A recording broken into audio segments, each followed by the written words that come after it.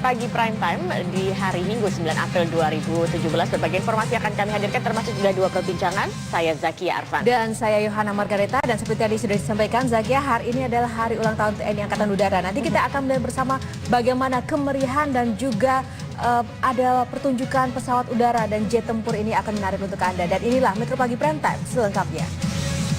Pemirsa, hingga saat ini polisi masih belum bisa memberikan identitas ke-6 jenazah terduga teroris yang terlibat baku tembak dengan petugas di Tuban pada Sabtu siang.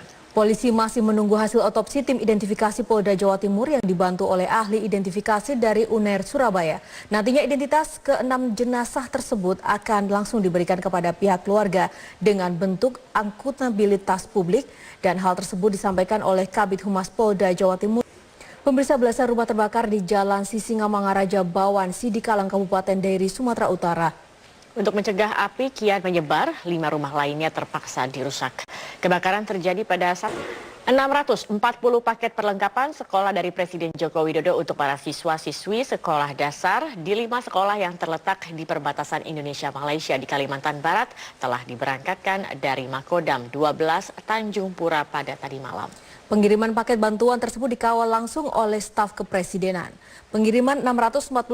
Presiden Joko Widodo meninjau proyek pembangunan jalan tol Bawen Salatiga yang masih dalam tahap pengerjaan. Selain meninjau proyek pembangunan jalan tol, dalam agenda kerjanya di Jawa Tengah kemarin, Presiden juga meresmikan sarana transportasi integrasi kereta api yang akan terhubung dengan Bandara Adi Sumarmo Solo. Kami akan kembali pemirsa dengan informasi mengenai Presiden Joko Widodo yang kembali menjelaskan pandangannya tentang hubungan agama. Ya, pemirsa, Presiden Joko Widodo kembali menjelaskan pandangannya tentang hubungan agama dengan kehidupan bernegara. Presiden meminta nilai-nilai agama dan politik tidak dibenturkan. Pandangan itu. Fenomena berkembangnya ideologi negara agama di Indonesia dinilai dapat memicu timbulnya intoleransi. Kapolri Jenderal Polisi Tito Karnavian menyatakan seluruh elemen masyarakat harus turut menjaga Pancasila agar radikalisme tidak mengancam keutuhan bangsa. Ya, pemirsa, fakta menunjukkan penyebaran paham radikalisme kini sudah terjadi di antara siswa sekolah tingkat SMA. Ini menjadi ancaman nyata bagi pemerintah. Berdasarkan survei dari Wahid Institute dan LSI, siswa sekolah bersedia untuk berjihad akibat mendapatkan informasi yang tidak utuh. Direktur Eksekutif Pemirsa, tim forensik Swedia menggelar penyelidikan forensik di lokasi aksi penabrakan warga di Stockholm, Swedia. Tim forensik Swedia menggelar penyelidikan forensik di lokasi aksi penabrakan warga di Stockholm, Swedia. Pemerintah Swedia menyatakan aksi penabrakan tersebut merupakan serangan teror. Penyelidikan dilakukan.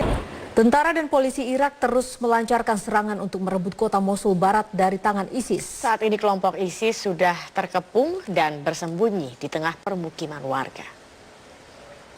Puluhan orang long march dan berunjuk rasa di kantor Perserikatan Bangsa-Bangsa atau PBB yang berada di kota Damaskus, Suriah pada Sabtu waktu setempat. Pengunjuk rasa berkumpul di depan. Sekitar 230 orang imigran diselamatkan dari Laut Tengah oleh kapal dari sebuah LSM kemanusiaan asal Spanyol. Para imigran ini sempat terombang-ambing di Laut Tengah. Para imigran. Informasi lainnya masih akan kami hadirkan pemirsa usai Headline News pukul 5 waktu Indonesia Barat. Tetap bersama kami di Metro Pagi Prime.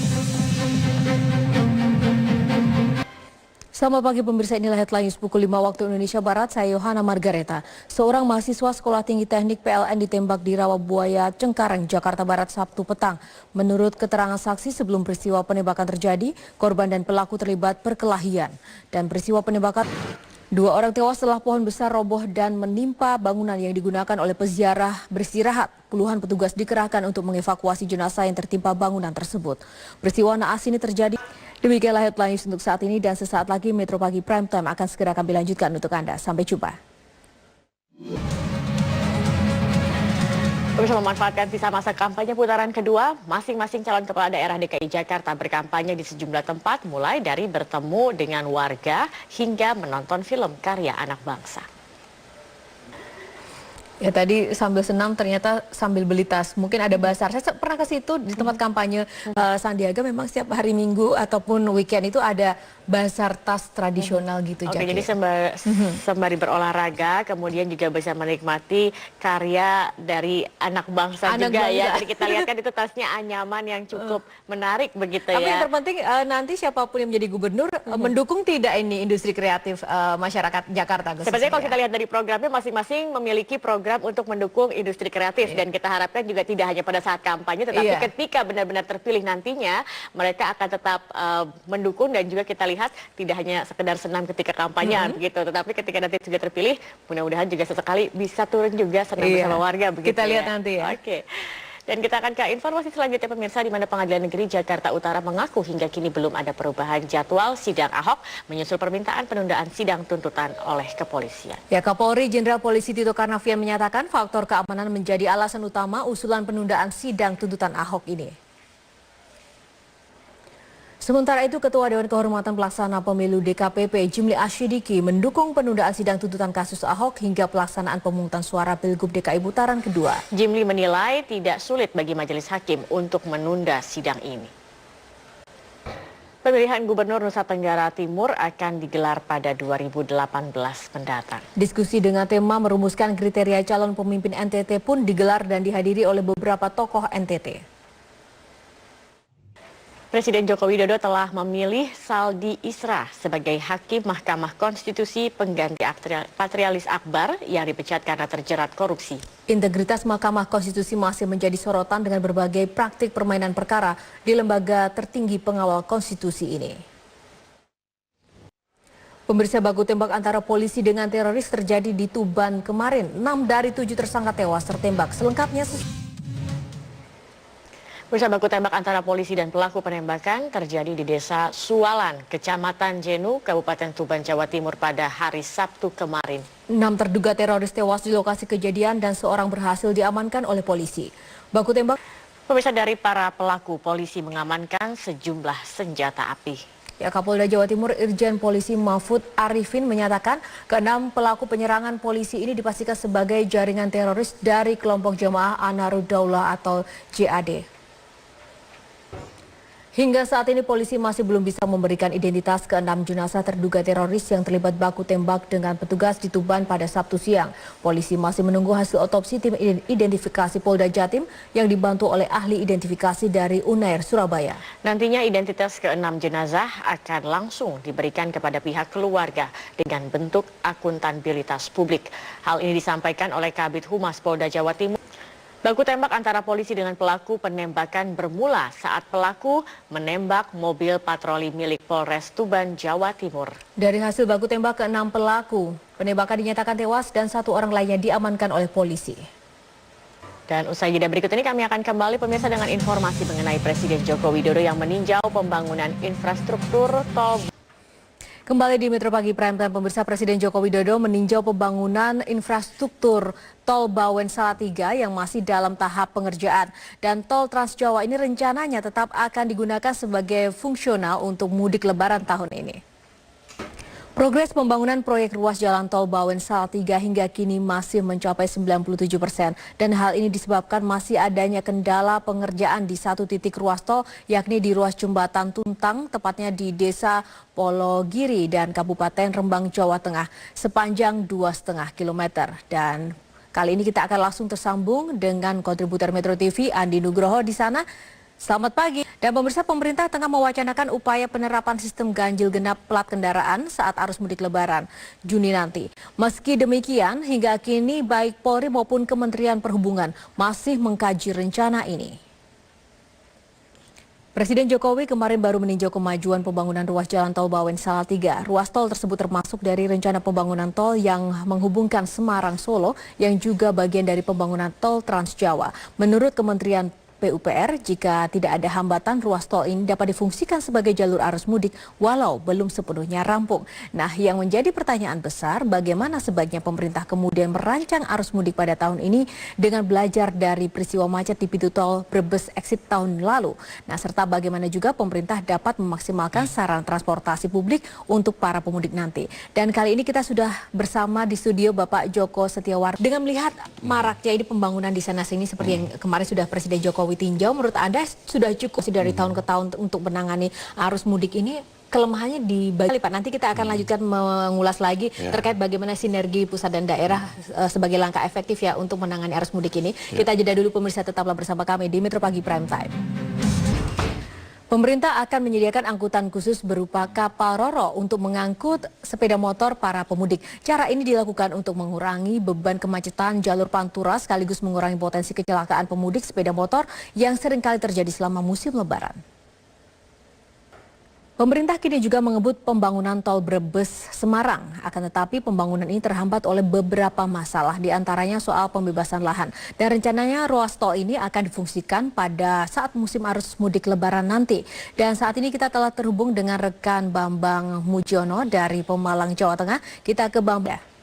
Ya, kita lanjutkan bersama Pak Joko Setiawarno. Pak, tadi menarik sekali ketika Anda mengatakan salah satu hal yang menghambat itu adalah sinergi mengikuti arus mudik itu. Jadi begini, kalau dari Ini seperti apa, Pak? artinya bagaimana mereka Setiap tahun ini daerah ini bagaimana kebijakannya untuk kemudian bersinergi dengan pusat ini, menurut Anda Timur favorit untuk arus mudik nih? Menurut Anda? sama dengan Solo.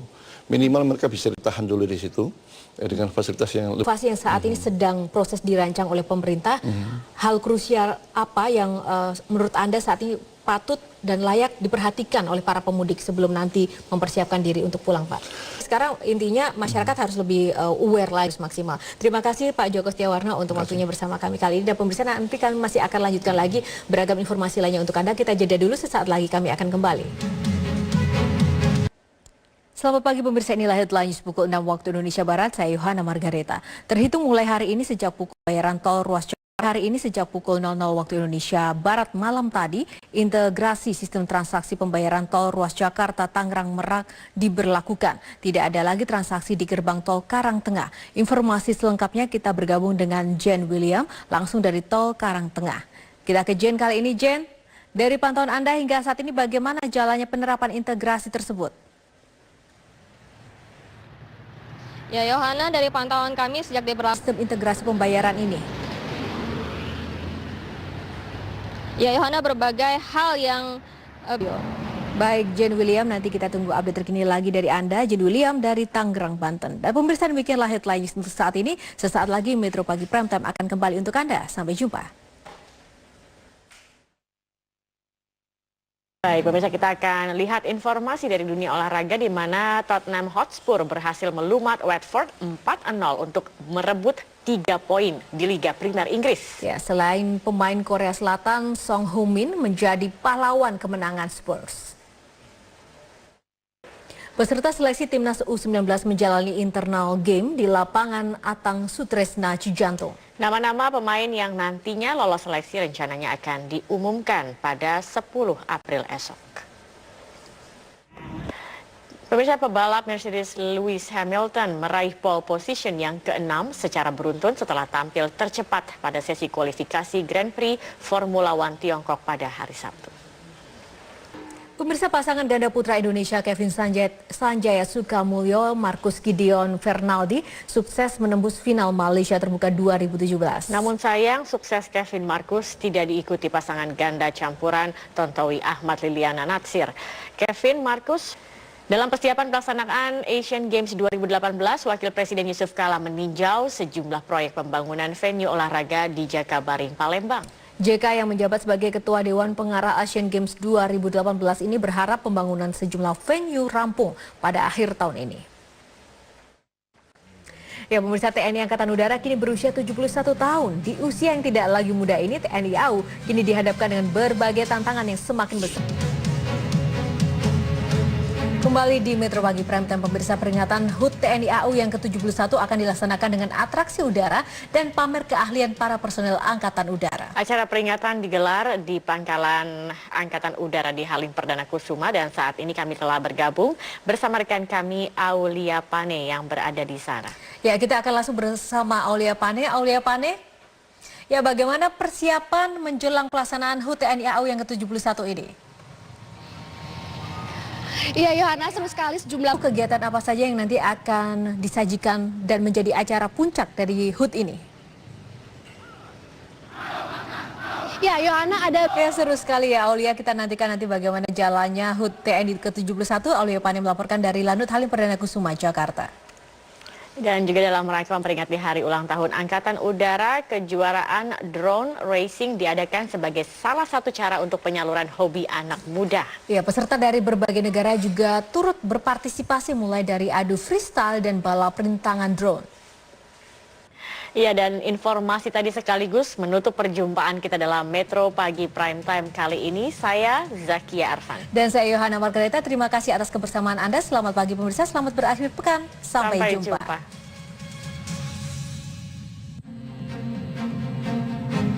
Selamat pagi pemirsa, inilah headline news pukul 7 waktu Indonesia Barat. Saya Yohana Margareta. Pemadaman listrik yang sering terjadi di Aceh dan mengganggu berbagai aktivitas warga menjadi permasalahan yang serius. Wakil Menteri Energi Sumber Daya Mineral Archandra Tahar mengatakan pemerintah akan melakukan upaya untuk menyelesaikan permasalahan listrik di Aceh ini.